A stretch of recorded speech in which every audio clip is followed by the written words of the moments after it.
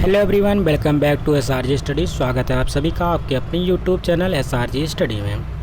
तो दोस्तों, आज के इस वीडियो में हम सब पढ़ने जा रहे हैं बिहार बोर्ड का कक्षा 7 का सोशल साइंस। इसमें से हम पढ़ेंगे हिस्ट्री के बारे में, और हिस्ट्री का चैप्टर नंबर 1 है कहाँ, कब और कैसे, यानी इतिहास जो आपका है, इतिहास पुस्तक का चैप्टर नंबर 1 कहाँ, कब और कैसे। तो यदि आप चैनल पर नए हैं तो चैनल को सब्सक्राइब कर लीजिएगा, क्योंकि आपको पता हो यहाँ पे आपको इस चैनल पे बिहार बोर्ड का जितने भी कक्षा 6, 7, 8 के जो महत्वपूर्ण सब्जेक्ट आपके परीक्षा पॉइंट ऑफ व्यू से इम्पोर्टेंट है, सबके प्रश्न उत्तर यहाँ पे कराए जाएंगे, जैसा कि आपके बोर्ड में यानी कि बुक में पूछा गया है। सब एचटीज आपको यहाँ पे देखने को मिलेंगे। तो इसलिए चैनल को सब्सक्राइब कर लीजिएगा, बेल आइकन को भी प्रेस कर लीजिएगा, क्योंकि जब भी हम कोई वीडियो अपलोड करेंगे तो उसका नोटिफिकेशन आप तक मिल सकेगा। तो आइए देर ना करते हुए वीडियो की शुरुआत करते हैं। प्रश्न नंबर 1 है प्रौद्योगिकी किसे कहते हैं। उत्तर में लिखेंगे मानव जीवन को बेहतर और उन्नत बनाने के लिए विज्ञान के सिद्धांत पर आविष्कृत विभिन्न कल पुर्जों और मशीनों का खेती और कल कारखानों आदि में उपयोग प्रौद्योगिकी कहलाता है। तो ध्यान में रखेंगे, जो मानव जीवन को बेहतर बनाने के लिए और उन्नत बनाने के लिए विज्ञान के सिद्धांत पर आविष्कृत विभिन्न जो कल पुर्जे होते हैं और मशीनें होती हैं तथा खेती के लिए कल कारखाने आदि के उपयोग में ये हमारा क्या कहलाता है, प्रौद्योगिकी कहलाता है। प्रश्न नंबर 2 है आज सिंचाई के लिए किन किन साधनों का इस्तेमाल किया जाता है। तो उत्तर में लिखेंगे आज हमको पता है सिंचाई के लिए नहर हम इस्तेमाल करते हैं, पाइन है, नलकूप है, कुआं आदि का इस्तेमाल करते हैं। नलकूप या तालाबों से पानी खींचने के लिए डीजल इंजन या बिजली का उपयोग किया जाता है, बिजली का मोटर या पंप हम लगाते हैं। तो आपको पता है ये सब संसाधन आज के समय में आप इसके बारे में लिख भी पाएंगे और आपको इसके बारे में जानकारी भी है, इसलिए इसको हम डिटेल में नहीं बताएंगे।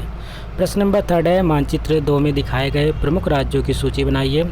आपको यहाँ पे अपनी पुस्तक में से देखना है कौन सा मानचित्र 2 में है कि गजनी कहाँ पे है, कश्मीर कहाँ है, आपको पता है सिंध और मुल्तान, आपको सब मिलेगा उत्तर भारत में, और जो उत्तर हिमालय के आसपास यहाँ पे जो भारत का जो क्षेत्र होता है इस एरिया में आपको देखने को मिलेगा। ठीक है, तो आप अपने पुस्तक में से देख लीजिएगा। उसके बाद आप कच्छ देख पा रहे हैं, गुजरात में है, गुजरात पूछ लिया, अहमदनगर भी पूछ लिया, बीजापुर आपका दक्षिण भारत में आ जाइएगा।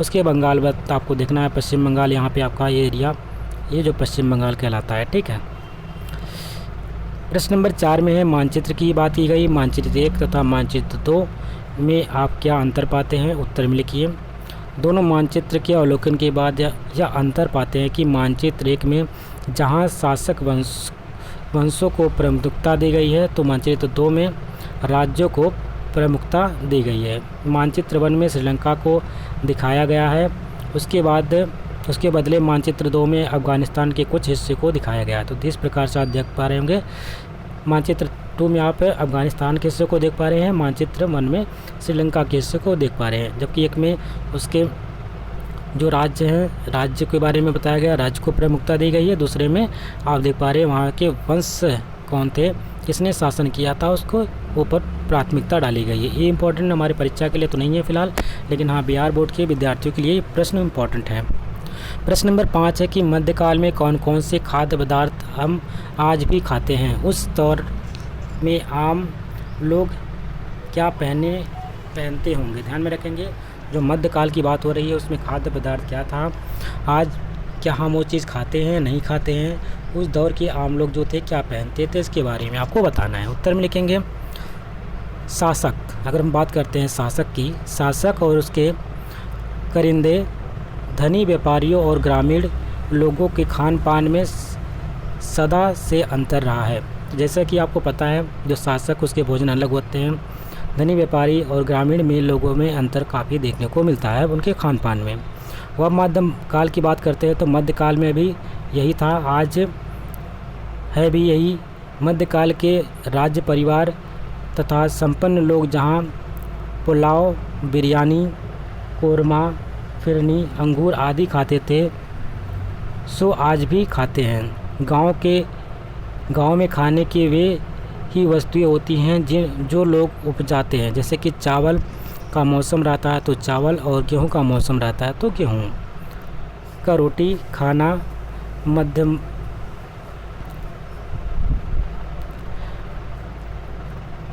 और आज के समय में आपको ये भी ध्यान में रखना है, आज के समय में उस गाँव में आप देखते हैं आम है, अमरूद है, केला है, शकरकंद है, तब भी खाते थे, आज भी खाते हैं। ये चीज़ दोनों में है अंतर, मतलब समानता है।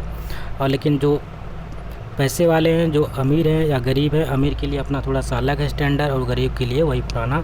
जैसे गांव की बात करते हैं तो दाल चावल रोटी यही सब चीज़ चलता रहता है। उस दौर में हिंदू की बात करते हैं, हिंदू और मुसलमान के पहनावे में क्या अंतर था, तो ध्यान में रखेंगे। हिंदू जहाँ धोती पहनते थे वहीं मुसलमान लुंगी पहनते थे, जिसको गंजी कुर्ता दोनों धर्म के लोग पहनते थे।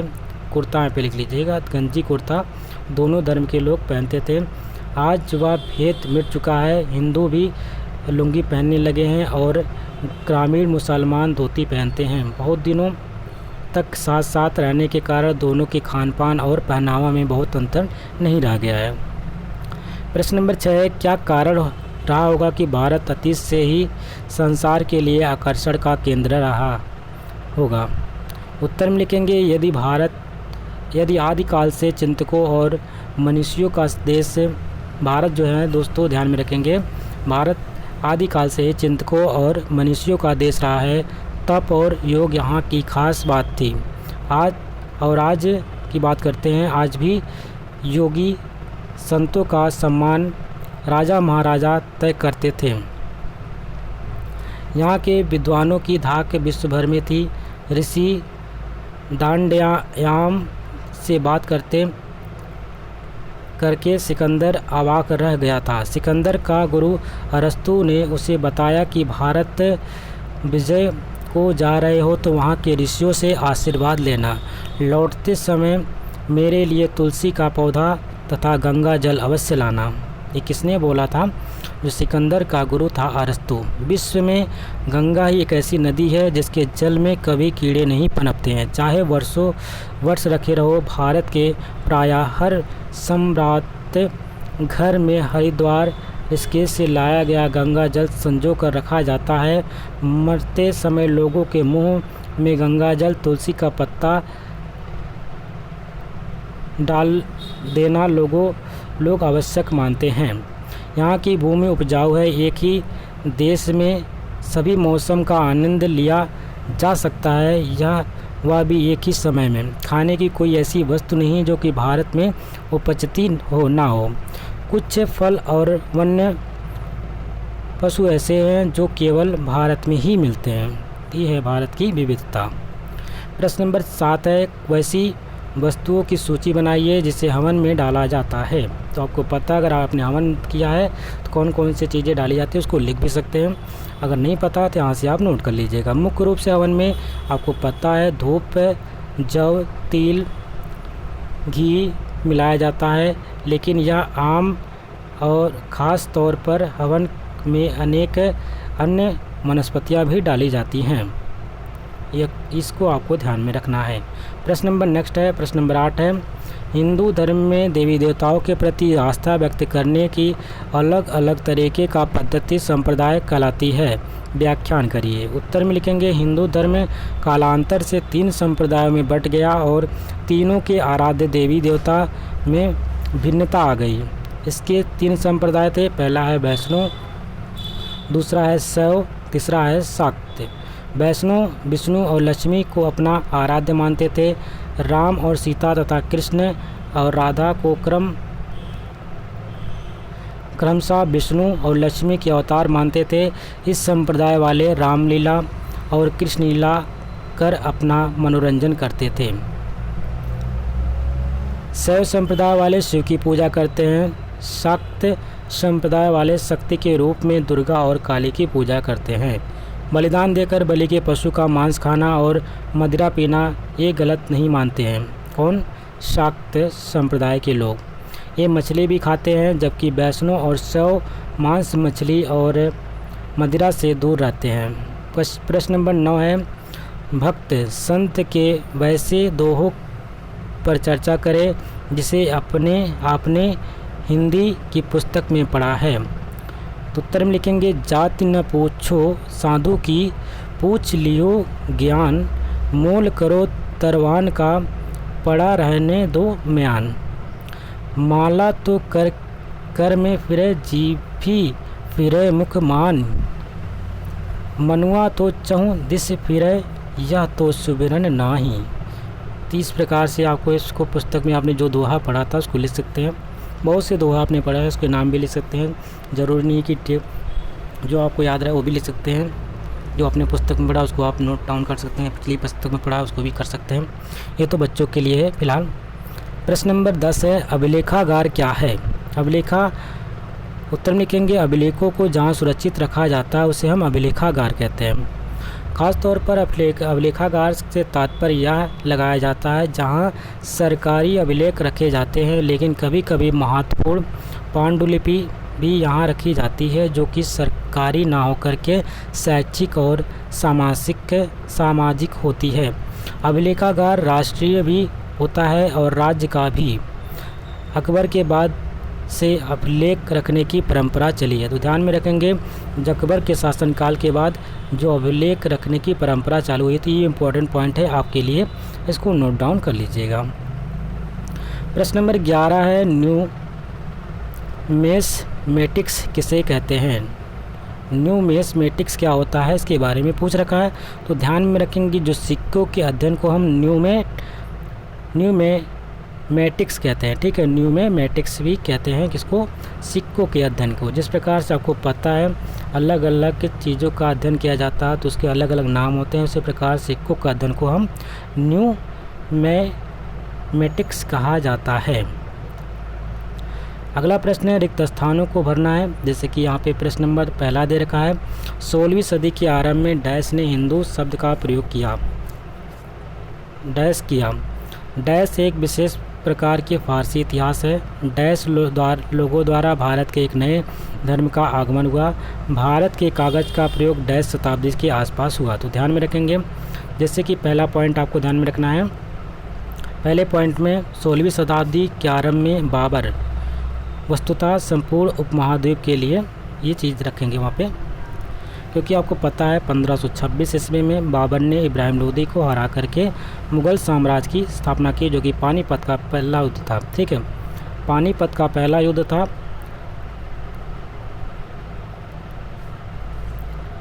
और 1526 में बाबर ने किसको हराया था? इब्राहिम लोदी को हराया था। लोदी वंश को हरा करके यहाँ पे बाबर साम्राज्य ने की मुग़ल साम्राज्य की स्थापना की थी। सेकेंड है आपको ध्यान में रखना है तारिक उल हिंद। क्या है? तारिक उल हिंद एक विशेष प्रकार की फारसी इतिहास है। और थर्ड आप देखेंगे, थर्ड में है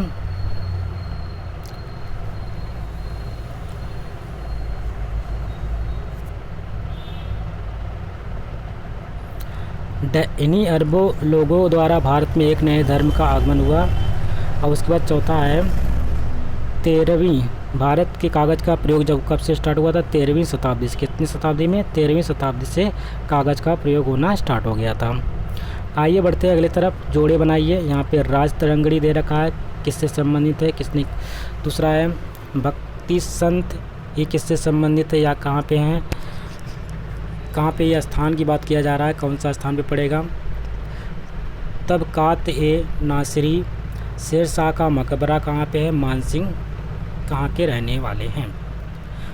या इनके बारे में क्या चीज़ें दे रखी है? तो ध्यान में रखेंगे राज तरंगी है जो कश्मीर का इतिहास के बारे में बताया गया है।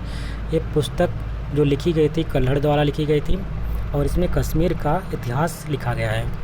दूसरा है भक्ति संत, ये कौन है? भक्ति संत दरिया साहब जी हैं भक्ति संत। तकाब ए नासरी, ये कौन है? ये मिनहाज उस सिराज को कहा गया था। और शेर शाह का मकबरा आपको पता है बिहार के सासाराम ज़िले में है। और मान सिंह की बात करते हैं तो ये बैकटपुर का शिव मंदिर इन्होंने ही बनवाया था। मान सिंह ने क्या बनवाया था? बैकटपुर का शिव मंदिर। प्रश्न नंबर नेक्स्ट है मध्यकाल के वैसे वस्त्रों की सूची बनाइए जिसका व्यवहार हम आज भी करते हैं। तो कौन कौन से वस्त्र थे? तो उत्तर में लिखेंगे मध्यकाल में सिले हुए वस्त्र बहुत कम लोग ही पहनते थे। कमर के नीचे धोती, कंधे से लेकर कमर के नीचे तक चादर तथा सर पर मुरेठा बांधने का रिवाज रहा होगा। आज भी उत्तर प्रदेश के अधिकांश ब्राह्मण सिला हुआ वस्त्र पहनकर भोजन नहीं करते हैं। इसी से अनुभव लगाया जाता है कि मध्य युग के लोग सिला हुआ वस्त्र नहीं पहनते होंगे। इसके वस्त्रों में थे धोती, चादर और मुरेठा का व्यवहार आज भी लोग करते हैं। सिला हुआ वस्त्र पहनने का रिवाज बहुत बाद में आरंभ हुआ होगा। प्रश्न नंबर 4 है, वस्त्र उद्योग के क्षेत्र में हुए प्रमुख प्रौद्योगिकी परिवर्तनों को बताइए। उत्तर में लिखेंगे प्राचीन भारत में वस्त्र उद्योग के लिए सूत तकनी पर काते जाते थे, जिसमें काफ़ी समय लगता था, कारण की तकनीक को हाथ से चलाना पड़ता था। बाद में 13वीं शताब्दी में परिवर्तन यह आया कि तकनीक का स्थान चरखे ने ले लिया। अब सूत तेज़ी से अधिक मात्रा में और कम समय में ही बन सकते थे। पहले सीधे कपास से सूत काटा जाता था, बाद में इसमें बदलाव आया और लोग धुनकी पर रुई धुनने लगे। अब धुनी हुई रुई से सूत काटना आसान हो गया। प्रश्न नंबर नेक्स्ट है, कागज़ का आविष्कार सर्वप्रथम कहाँ पे हुआ था? वेरी इंपॉर्टेंट क्वेश्चन है, ध्यान में रखेंगे इसको। उत्तर में इसको लिखेंगे हम, कागज़ का आविष्कार सर्वप्रथम चीन में हुआ था। कहाँ पे हुआ था? सर्वप्रथम चीन में हुआ था। प्रश्न नंबर नेक्स्ट है, वनवासियों को जंगल क्यों छोड़ना पड़ा? उत्तर में लिखेंगे, प्रौद्योगिकी में परिवर्तन के फलस्वरूप खेती योग्य भूमि की तलाश हो रही थी।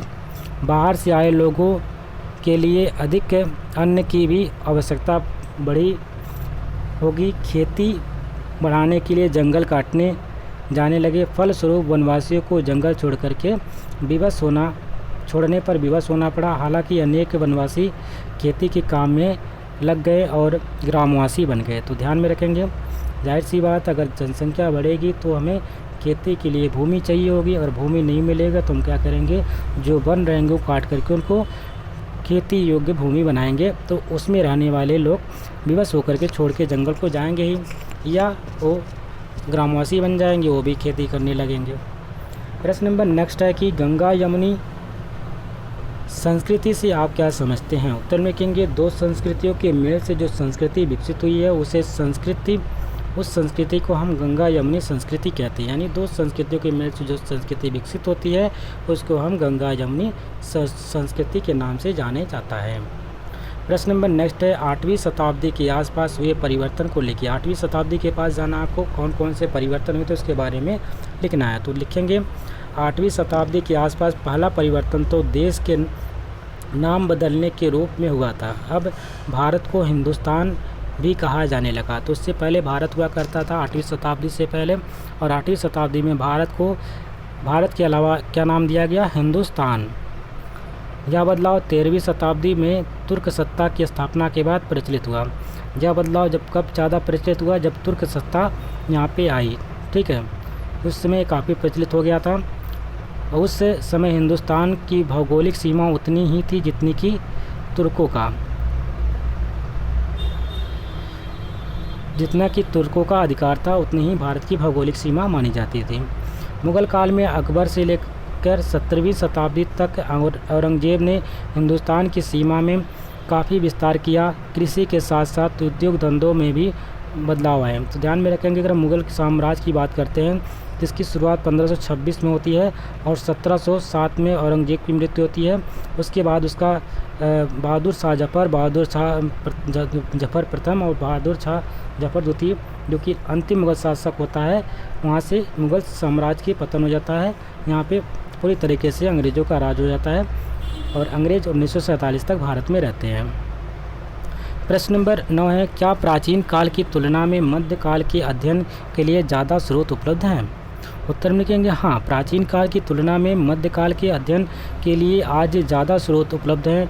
ये स्रोत अनेक लेखकों और इतिहासकारों द्वारा लिखे गए लेख और इतिहास हैं। सर्वप्रथम इतिहासकार मिन्हाज ए सिराज ने 13वीं शताब्दी में इतिहास लिखा, जिसमें उन्होंने बिहार के विषय में लिखा। इनका नाम बिहार क्यों पड़ा? प्रसिद्ध विद्वान सैयद सुलेमान नदवी ने एक अरबी गीत का उद्धरण दिया जो भारत के लिए प्रमुख है। भक्त कवि और सूफी संतों ने भारत के संबंध में बहुत कुछ लिखा है। राजपूत राजाओं के दरबार में कवियों ने भी उस समय के सामाजिक जीवन के विषय में लिखा है। लिखित रचनाएं एवं पांडुलिपियाँ, अभिलेख, सिक्के, भग्नावशेष, चित्र आदि विविध स्रोत हैं, लेकिन प्रधानता लिखित सामग्री को ही दी जाती है। 13वीं शताब्दी में कागज़ का उपयोग शुरू हो जाने के बाद लिखने का काम व्यापक रूप से होने लगा। इस काल में लिखी गई पांडुलिपियाँ एवं प्रशासनिक प्रपत्र अभिलेखागारों और पुस्तकालयों में सुरक्षित हैं। इस काल की अनेक घटनाओं की जानकारी हमें इन्हीं अभिलेखों से प्राप्त होती है। अन्य अभिलेख पत्रों, चट्टानों और ताम्रपत्रों पर लिखे गए थे। बहुत से अभिलेख मंदिरों और मस्जिदों और गांवों में भी सुरक्षित है। कल्हड़ की राज तरंगड़ी, अलबरूनी की पुस्तक तहकीके हिंद, मिनहाज उस सिराज कृत तकाब नासरी, जियाउद्दीन बरनी की पुस्तक तवारीख ए फिरोज शाही, अबुल फजल की अकबरनामा, इसके पहले बाबर ने बाबरनामा लिखा था। इसके अलावा अनेक यात्रियों ने अपने यात्रा वृत्तांत लिखा जो कि इतिहास से कम नहीं है। इससे स्पष्ट होता है कि प्राचीन काल की तुलना में मध्यकाल के अध्ययन के लिए ज़्यादा स्रोत उपलब्ध हैं। प्रश्न नंबर नेक्स्ट है, जब एक ही व्यक्ति या घटना के संबंध में अलग अलग मत आते हैं तो ऐसी परिस्थितियों में इतिहासकार क्या करते होंगे? उत्तर में लिखेंगे, प्रश्न में बताई गई परिस्थिति में इतिहासकार समान विशेषता वाले बड़े बड़े हिस्सों यानी कि युगों का या कालों में बांट देते हैं। फिर अनुमान से स्थिति का अवलोकन कर स्वयं जो वे उचित समझते हैं लिख देते हैं। अब हम लोग चैप्टर के सारांश को देखते हैं। पाठ का जो सारांश है किस प्रकार से पढ़ेंगे जल्दी इसको। आपने जितने प्रश्न किए सब कुछ इसी में समाहित आपका होगा सारांश के अंतर्गत। लगभग समय के साथ समाज में परिवर्तन होते ही रहते हैं। इस परिवर्तन कभी शब्दों के अर्थ में, कभी स्थानों के नाम में, कभी राज्यों की भौगोलिक सीमाओं और कभी जीवन शैली के संबंध में। वर्ग 7 में हम भारत के 1000 वर्ष अंतर्गत होने वाली परिवर्तन को जानेंगे, अर्थात 750 से लेकर के 1750 तक ईस्वी तक के कालक्रम में हमारे देश का नाम आर्यवर्त से भारत से हिंदुस्तान, हिंदुस्तान से इंडिया होते रहा। आज भारत, हिंदुस्तान और इंडिया तीनों का प्रचलन है। हालांकि भारत के संविधान में भारत और इंडिया का ही उल्लेख है। 13वीं शताब्दी में तुर्क सत्ता की स्थापना के बाद भारत का नाम हिंदुस्तान हो गया। हालांकि संपूर्ण देश को तुर्कों का शासन नहीं था। तुर्कों ने लगभग 300 वर्ष तक दिल्ली सल्तनत के नाम से शासन किया। तब शासकों को सुल्तान कहा जाता था। अंतिम सुल्तान इब्राहिम लोदी था। इब्राहिम लोदी को हराकर बाबर ने यहाँ मुग़ल वंश की नींव रखी। अब मल्लान के स्थान पर शासकों को बादशाह कहा जाने लगा। मुग़ल बादशाहों में सर्वाधिक नेक और प्रतापी बादशाह अकबर था। अकबर ने संपूर्ण भारत उपमहाद्वीप के लिए हिंदुस्तान या हिंदुस्तान नाम दिया। शाहजहाँ तक के युग को हिंदुस्तान के लिए स्वर्ण युग माना जाता है। औरंगजेब ने दक्षिण भारत में कुछ मुग़ल साम्राज्य का विस्तार किया। औरंगजेब जब दक्षिण में उलझा था तो उत्तर भारत के उसके सूबेदारों ने धोखा देना आरंभ कर दिया। औरंगजेब का शासनकाल विस्तार और विखंडन दोनों के लिए जाना जाता है और 17वीं शताब्दी की बात है। कृषि की प्रधानता से सिंचाई व्यवस्था भी विकसित अवस्था में थी। कुंड, तालाब, ताल में वर्षा जल को एकत्र किया जाता था। दोन यंत्र से उससे पानी निकालकर खेतों में पहुंचाया जाता था। कुओं से भी सिंचाई होती थी। इसके लिए ढेकी, मोट, अरघट या घंटी यंत्र का व्यवहार होता था। बाद में रहट का उपयोग होने लगा। समुद्री यात्रा की सुविधा ने व्यापार के क्षेत्र को बढ़ा दिया। अब भारत के लोग सुदूर पूर्व देशों से व्यापार करते थे और अरब के लोग भारत से व्यापार करते थे। भारत से व्यापार के सिलसिले में अरबी व्यापारियों का आना जाना काफ़ी बढ़ गया। इसके लिए अरबी व्यापारी केरल के तटीय क्षेत्रों में बाजाबता गांव बना करके बस गए। उनको बसने से वहाँ के राजा ने काफ़ी सहयोग दिया, कारण कि उसने राजा को भारी मात्रा में व्यापारिक कर मिलता था। इतना ही नहीं, भारत में पहला मस्जिद केरल के हिंदू राजा ने बनवा दिया। भारत में आए इन नए व्यापारियों ने नई प्रौद्योगिकी एवं नए विचारधारा लाने में भी योगदान मिला। अब अरब लोगों ने 8वीं शताब्दी में सिंह पर अपना शासन भी स्थापित कर लिया। इन्हीं के साथ भारत में इस्लाम धर्म का आगमन हो गया। इस्लाम धर्म को मानने वाले अपने को मुसलमान कहने लगे। एक ईश्वर में विश्वास करने वाले लोग थे। इनका मूल धर्म ग्रंथ कुरान शरीफ है। अरब के लोग अपने साथ अपना खान पान और पहनावा भी ले आए। कलाक्रम में ये सब चीज़ें तुर्क, अफगान और मुग़ल भी ले आए। यूरोपीय व्यापारियों भी कुछ नई सामग्री भारत ले आए। पुलाव, बिरयानी, कोरमा, फिरनी, अंगूर, मक्का, मिर्च, चाय और कॉफ़ी का प्रचलन इन बाहरी लोगों ने ही बढ़ाया। ज्ञान, विज्ञान और वैचारिकता का भी कुछ आदान प्रदान हुआ। इस्लामिक जगत में लोगों के आने से यहाँ कुछ अस्थायी राज्य स्थापित हुए, जिसमें सामाजिक, सांस्कृतिक और बौद्धिक जीवन के दूरगामी प्रभाव पड़े। अब भारत में मिली-जुली परंपरा का विकास हुआ। इन परंपराओं से भाषा, रहन सहन, पोशाक, रीति रिवाज आदि प्रभावित हुए। इसी को गंगा जमुनी संस्कृत कहा गया। प्रसिद्ध अरबी विद्वान सैयद सुलेमान नदवी ने दिल खोलकर भारत की प्रशंसा की। राजपूतों का उदय भी इसी काल में हुआ। इन्हीं की महिमा का गान करने वाले कवि चारण लोगों का एक अलग समुदाय था। राजाओं के दरबार में लिखने का काम करने वाले कायस्थ लोगों का भी उदय भी इसी काल में हुआ। जाट और सिक्कों का उदय भी हुआ। राजनीतिक में इनका स्थान महत्वपूर्ण हो गया। यात्रियों ने भी बहुत लिखा। सिक्कों के माध्यम से शासकों के तिथि क्रम का पता चलता है। इस काल के शासकों ने अनेक भव्य मंदिर, मस्जिद, मकबरा और किलों का निर्माण कराया, जिससे इसकी आर्थिक समृद्धि और वास्तुकला की जानकारी मिलती है। दिल्ली से दौलताबाद से दिल्ली का वर्णन जियाबरनी ने ही किया है। यहाँ से वहाँ और वहाँ से यहाँ आने जाने में बहुत लोग मारे गए। इतिहास को समझने के लिए समय को सुविधानुसार बांट दिया गया। और इसी के साथ ये चैप्टर भी कंप्लीट हो गया। तो आशा करते हैं आपको वीडियो पसंद आई होगी, और वीडियो अगर पसंद आए तो इसको लाइक करिएगा, शेयर करिएगा, और साथ ही साथ बेल आइकन को भी प्रेस कर लीजिएगा, क्योंकि अगर आप कोई वीडियो अपलोड करेंगे तो उसका नोटिफिकेशन आप तक मिल सकेगा। तो मिलते हैं एक नए वीडियो में, तब तक के लिए नमस्कार, जय हिंद।